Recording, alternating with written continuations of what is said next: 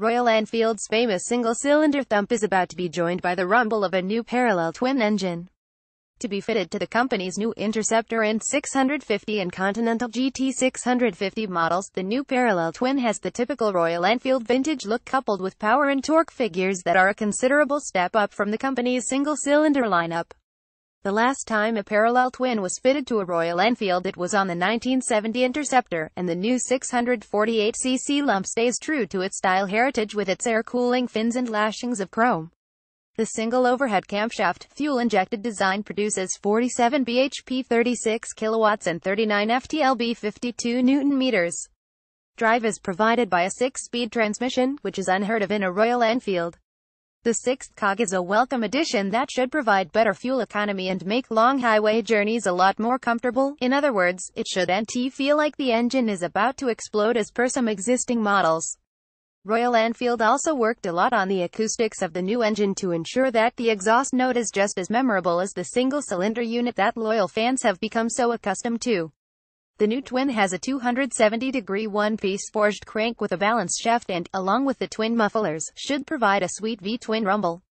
In what is becoming a well-trodden route, the aim is to deliver the beautiful exhaust note of a V-twin while maintaining the compact dimensions that a parallel engine configuration provides. In fact, looking at the engine sit-in, you could be forgiven for thinking it was just a typical Royal Enfield single-cylinder. It's not until you notice the second exhaust header that you realize something is different. The new engine will power the new Interceptor and 650 and Continental GT 650 models unveiled at the EICMA Motorcycle Show this week. Resurrecting the Interceptor and 650 is a modern interpretation of the bike built between 1960 and 1970. It retains some of the styling of the old Chugger with its teardrop-shaped fuel tank, wide bars, sculpted seat, twin shock absorbers, 18-inch wire-spoked wheels as well as the period-appropriate twin-upswept exhausts. The bike's all-new steel cradle frame has been developed with the help of British motorcycle tuning house, Harris Performance. Other modern features include the fitment of Pirelli tires front and rear as well as disc brakes with ABS.